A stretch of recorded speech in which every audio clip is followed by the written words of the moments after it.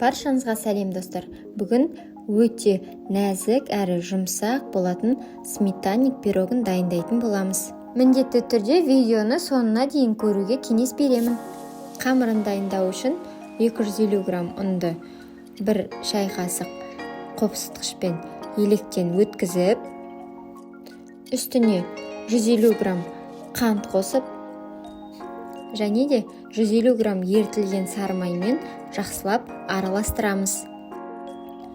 Сары май мен ұн толықтай бірігуі қажет. Ұн мен сары майымыз кішкентай үгінділерге айналуы тиіс.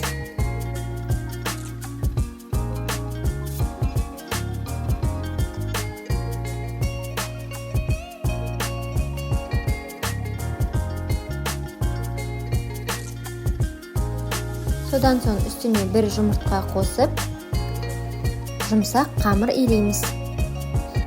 Менде С0 жұмыртқалары. Қамырымыз дайын болған соң, целлофанға орап, 30 минутқа мұздатқышқа қойып қойыңыздар. Видеода көрсеткеніміздей, қамыр өте жұмсақ, қолға жабыспайтын болуы тиіс. Сол кезде сметанниктің основасы, яғни қамыры, піскен кезде үгітілмей, өте әдемі болып піседі.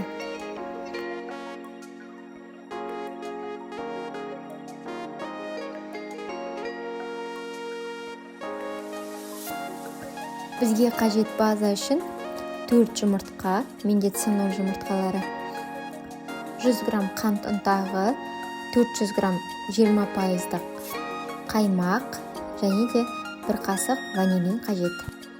Алдымен қант ерігенше жұмыртқамен араластырып аламыз.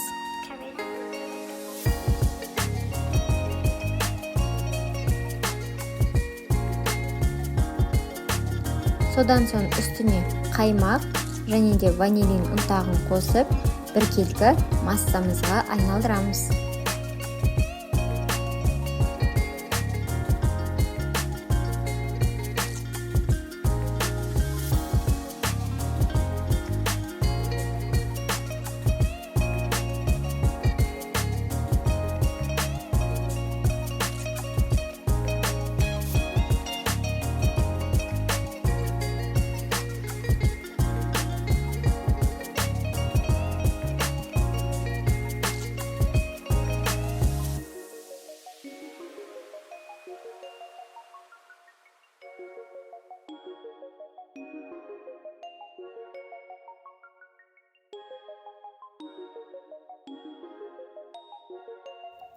Енді қамырымызды бір үлкен және де бір кішкентай бөлікке бөліп, үлкен бөлігін противеннің астына саламыз.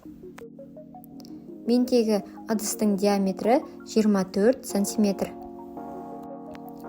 Астыңғы жағына толықтай қамырымызды жайып болған соң, жанына бортик жасаймыз.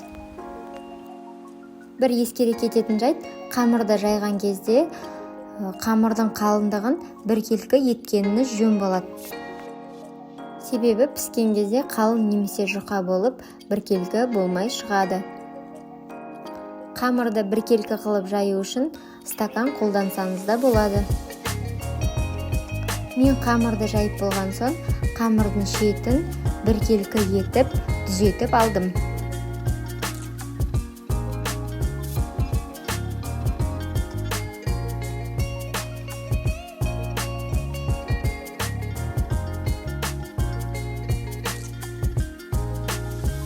Дайын болған қамырға базамызды құйып, 170 грамм қызып тұрған пеште, пешімізге қарай 40-50 минут дайын болғанша пісіріп аламыз. Пирог дайын болған соң ортасы қою сұйық болып тұрса, қорықпаңыздар. Пирогты бөлме температурасында 2-3 сағат ұстап, толықтай қатып болған соң противеннен алуға кеңес беремін. Сметанник пирогымыз дайын. Мен әсемдеу үшін құлпынай және де қант ұнтағын пайдаландым. Видеода көріп тұрғаныңыздай, пирог өте жұмсақ әрі дәмді болып шығады. Видеоны соңына дейін көңіл бөліп қарағаныңызға рахмет. Сіздермен болған Асылжан, астарыңыз дәмді болсын. айтпақшы каналға тіркелуді ұмытпаңыздар.